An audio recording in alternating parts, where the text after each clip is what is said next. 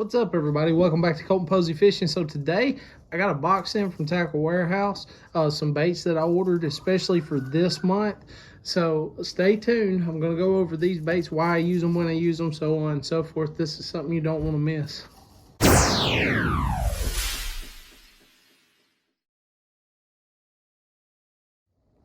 All right, everybody, so let's go over the baits that I had come in through Tackle Warehouse. So the month of December, it has been, I don't know how it is in your parts of the country, wherever you may live. The weather's been crazy. So like last week, it was like in the 70s. It was awesome.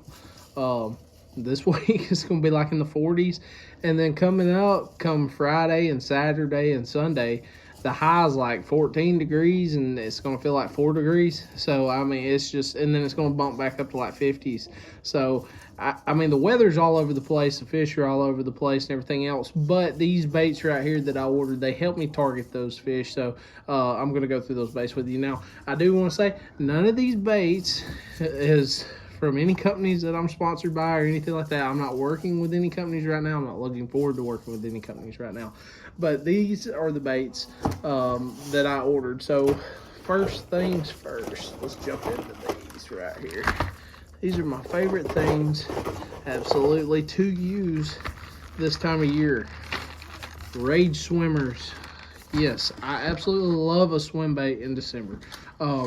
There's typically 2 colors and 2 sizes that I run this time of year. Typically. Sometimes I will swap it up, but very rarely. So one of the biggest colors, or one of the biggest baits that I use is the 3.75 inch Rage Tail Rage Swimmer. This is the electric shad color. I keep my colors simple, guys. Okay, I don't have 15 different colors, okay? Like the electric shad that I ordered, I have 2 packs. Bought 2 packs of these, okay? I know you see the stack that's this big, but I've got 2 of these. I've got 2 of the other colors. I mean, I keep my colors very, very simple.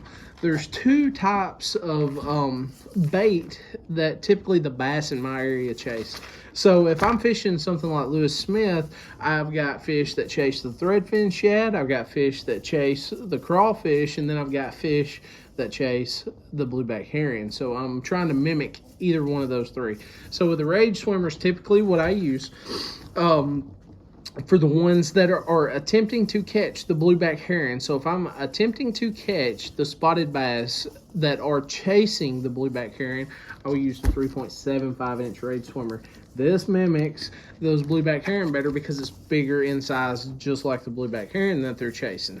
Okay, now with that being said, if I'm targeting the bass that are chasing threadfin shad, I use the same color, electric shad, nothing big, but I'm throwing the 2.75 inch. Okay, that's the difference. That's the biggest difference. Now, if I'm attempting to catch the fish that are trying to eat crawfish, I'm obviously not throwing a Rage Swimmer. You could, I guess. I don't know. I've never tried it. If you have, drop it down in the comments. Let me know. It may work out. I have no idea. But the 2.75 inch is typically what I use when I'm trying to catch the bass that are mainly targeting the threadfin shad. If they're targeting something bigger, like the blueback herring, then I'm throwing the 3.75 inch electric shad. That really helps. Now the electric shad, I have found in my personal experience, works good sunny days. It has that kind of bluish purple flake in it, and then it also works really well on the cloudy days. So either way. Now let's say I'm fishing crystal clear water, super clear. This is where these right here shine. Go Shad. Same thing as Rage Swimmer. These are pretty much translucent. They've got a little bit of gray on the back and then white on the bottom. But I mean, you can see right through them. These work perfect for attempting to catch the threadfin and the blueback herring fish also. But typically I found super clear water. It doesn't matter if it's cloudy or if it's bluebird sunny skies. The Go Shad works really, really good in the super clear water.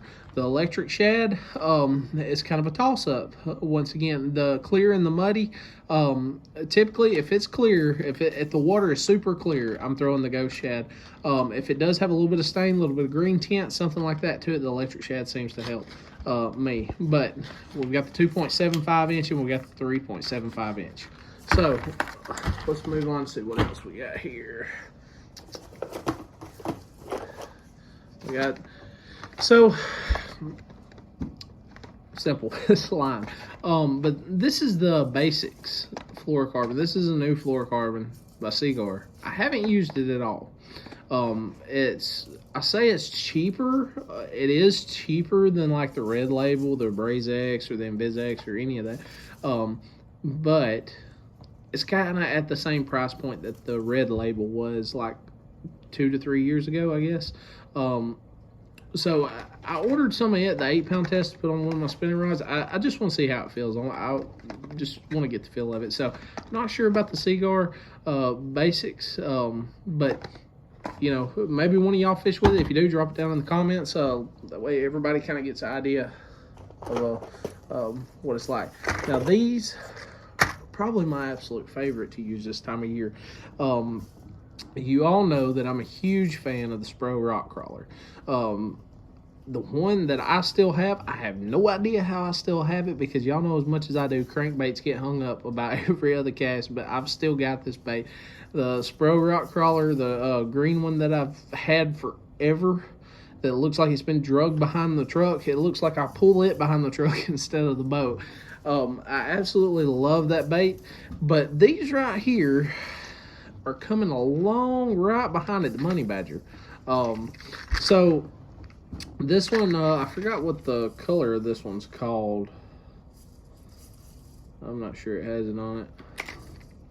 Either way, the Money Badger, I really like this color. It's got the green pumpkin back, and then it's got the bright orange belly. Typically this time of year, I really like the green pumpkin and orange, especially on those fish. Like if I'm fishing something like Bear Creek Reservoir, or I'm fishing something like Warrior River, Lake Tuscaloosa, or anything like that, the green pumpkin and the crawfish on ripraps, bluff walls, anything like that, anything that's hard bottom, even long points that, you know, have a real good hard bottom, this right here is hard to beat. The Spro rock crawler is awesome too. It's just, I think it's going to be one of those things where, kind of like the rock crawler was, where people start using it real heavy, the bite will slow down on it, then people will move on to something different, and then it'll pick back up. I think this is going to be one of those deals, but they're sold out everywhere. Can't really get them. Luckily, I got on Tackle Warehouse when they had just restocked them. One of the cool things I do like about it, y'all all know that I'm a Gamakatsu fan. I've always used Gamakatsu my whole life. I've always put my trust in them, always put my money in them. Gamakatsu's the way to go, but Berkley's come a long way with their fusion hooks. I actually do like their fusion hooks. Never really tried the VMC stuff besides their finesse hooks. I've tried them, and the VMC with the little blade on it. I forgot what that's called, but either way, I mean, Gamakatsu, Berkley Fusion, some of the VMC stuff I really like, but these baits right here, I've got another one in this color, the you know, the dull, bright, matte, yeah, it's kind of a matte finish orange with a little bit of yellow. I just, this one right here, extremely muddy water, and then this green pumpkin with the bright orange on the bottom, and your mild stain to clear water, I think it's the key. Like I said, they've got a little bit of different action. If you see the bill on them, they've got a little bit of a tighter wobble. I don't know if these are going to drift off or not, but I'm super excited about them. All right, so let's move on to something else. Let's see here. I'm trying to get kind of all the stuff that's similar. All right, so I've always known, the people who watch me, you've always known that I love the Spro jerkbaits, and I also love the Strike King jerkbaits. I've always threw those two more than anything else, but I haven't got to throw this one yet. This specific one that I'm fixing to show you, I haven't got to throw this one yet, but I've just heard a lot of good stuff about it from people that's not endorsed by it, but I've also heard a lot of stuff, people who are sponsored by this specific company. So it's one of those that I'm definitely going to try out. Didn't order but one of them, so but this color right here should work really well on like your Bear Creek, or your Lake Tuscaloosa, or your Smith Lake, places like that where there's an abundance of spotted bass. The Berkley STUNNA. The Berkley STUNNA jerkbait. This thing right here, you know that like the Strike King jerkbaits and stuff, most of them, they'll slowly rise. They'll slowly rise whenever you pause. This one actually sinks.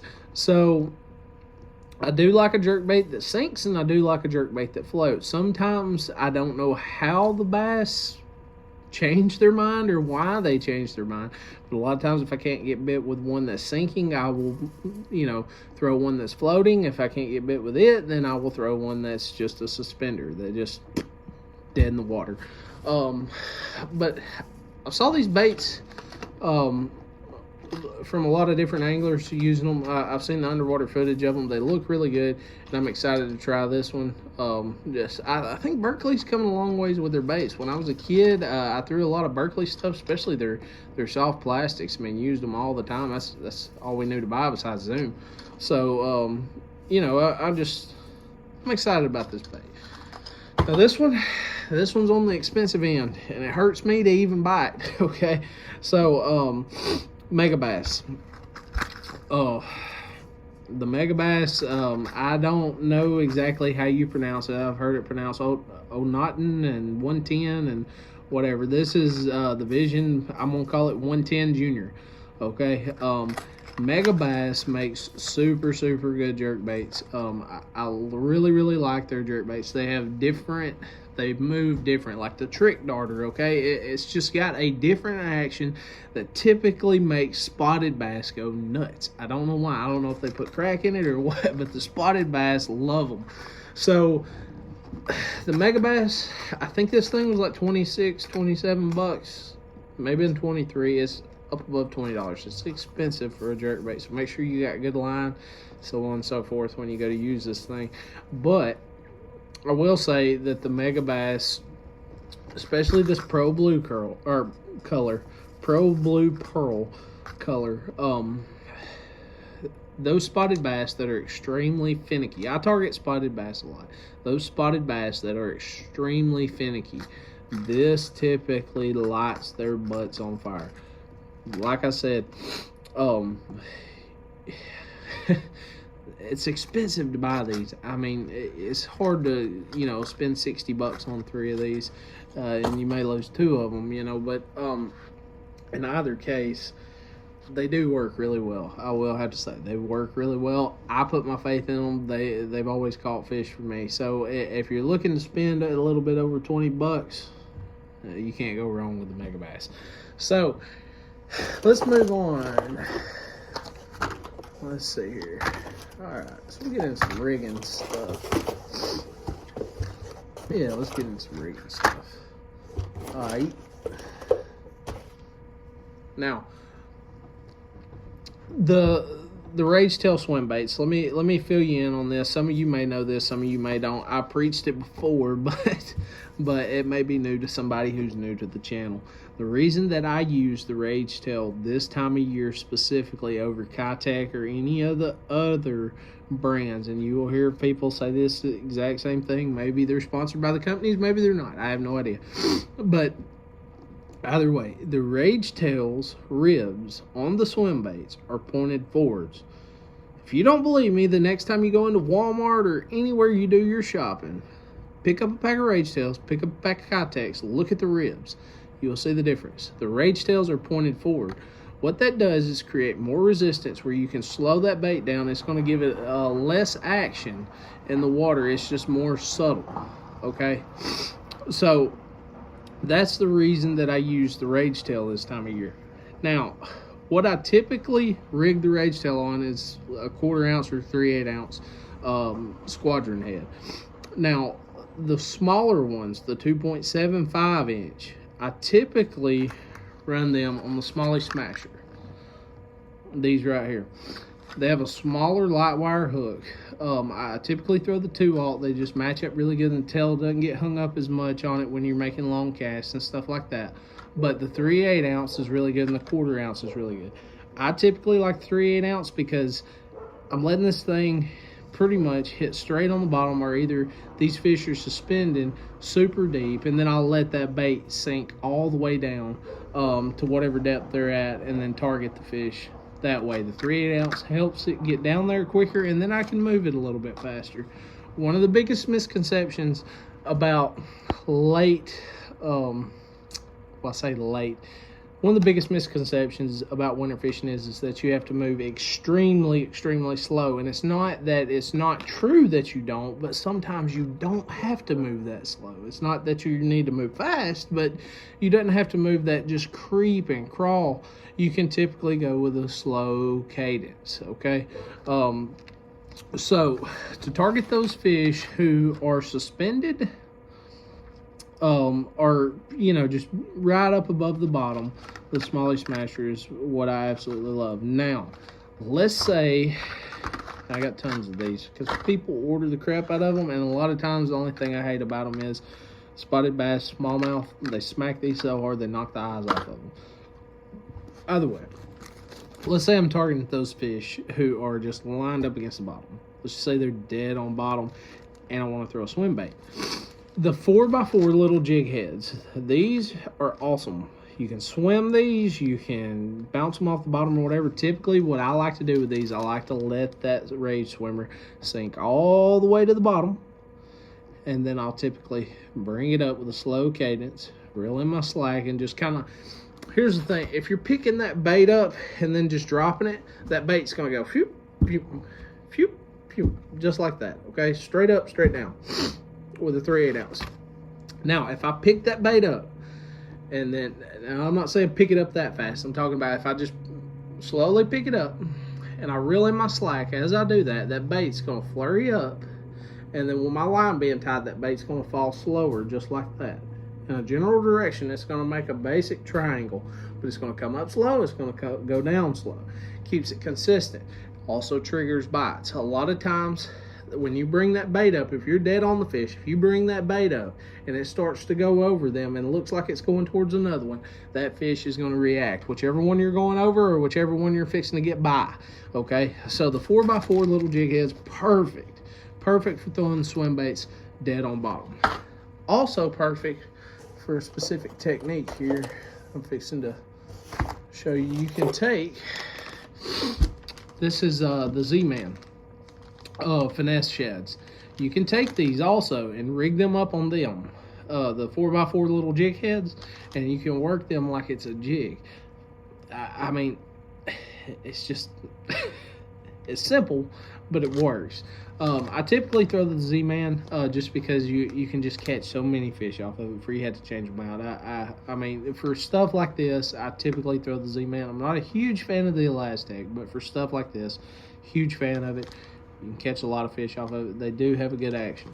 Now, on the subject of this, y'all know this.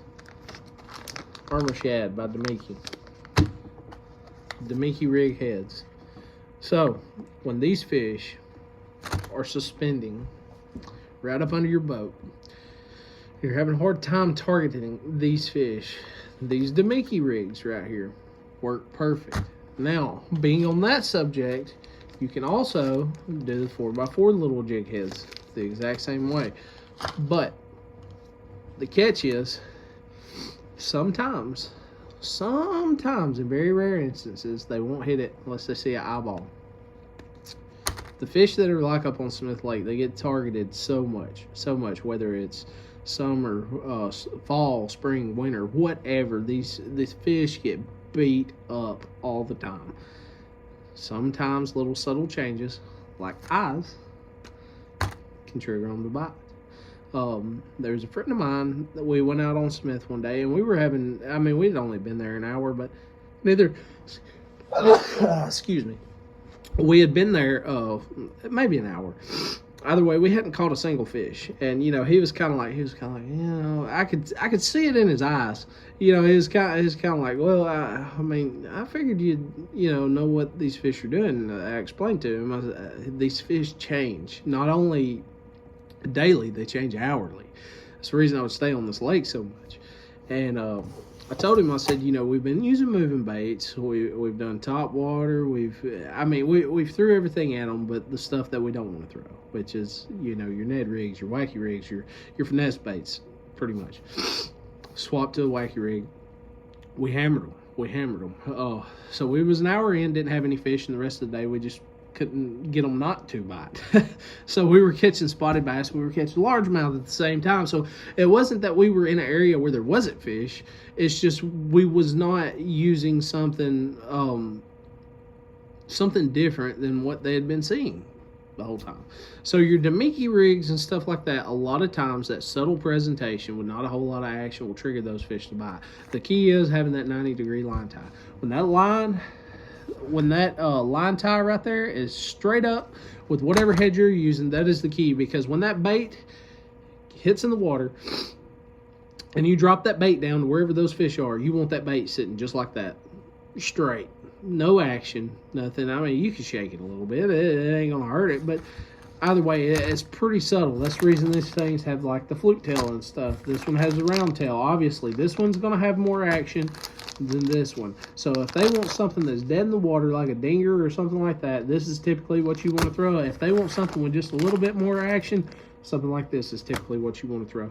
Super, super simple. I'm gonna mash the gray head with the gray bait, and I'm gonna match the white head with the whiter bait, if that makes sense. So these are the baits that I just had come in the other day, and this is pretty much what I'm gonna be throwing till probably late January, early February. So either way, guys, that's the baits that I like to use. That's the sweet stuff. That's just what I like. So either way, I appreciate you watching, guys. Don't forget, give me a thumbs up if you think the content's worth it. Share, like the videos, subscribe, please. It helps me a whole lot the way I can keep putting out content like this.